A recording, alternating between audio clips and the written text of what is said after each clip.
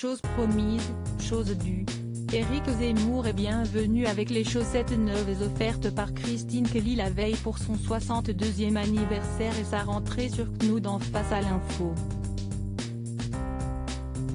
Pour autant, le polémiste n'a pas pris de gants pour qualifier les propos d'Éric Dupond-Moretti qui a contesté au micro d'Europe 1 la montée de la violence en France au cours de ces dernières années. Louis XIV, une lente agonie et un dernier pied de nez dans l'un des débats proposés dans l'édition du mardi 1er septembre, la différence de ton employé par le ministre de la Justice et Gérald Darmanin, ministre de l'Intérieur, a rappelé à Éric Zemmour les tensions entre Robert Badinter et Gaston Defferre, en charge des mêmes portefeuilles sous la présidence Mitterrand.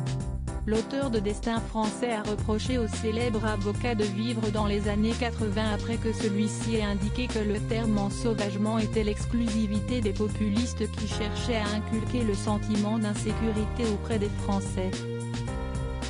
Quant à Marc Menant, il est revenu sur la mort de Louis XIV, le roi Soleil, survenu le 1er septembre 1715.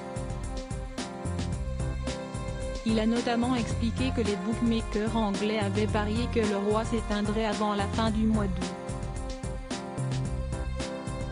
Ainsi, sur son lit de mort, Louis XIV a eu une pensée ironique pour tous les parieurs qu'il a ruinés en résistant une nuit de plus avant de finalement s'éteindre dans de grandes souffrances.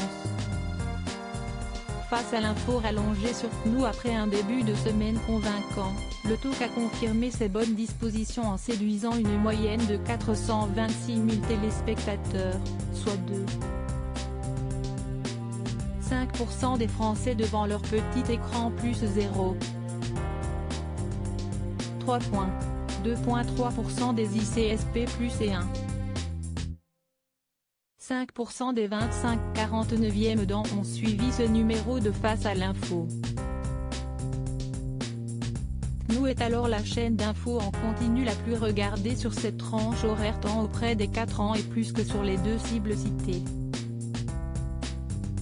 A noter que Christine Kelly a rendu l'antenne à 20h07 et que Pascal Praud a pris la relève sans transition pour l'heure des Pro 2.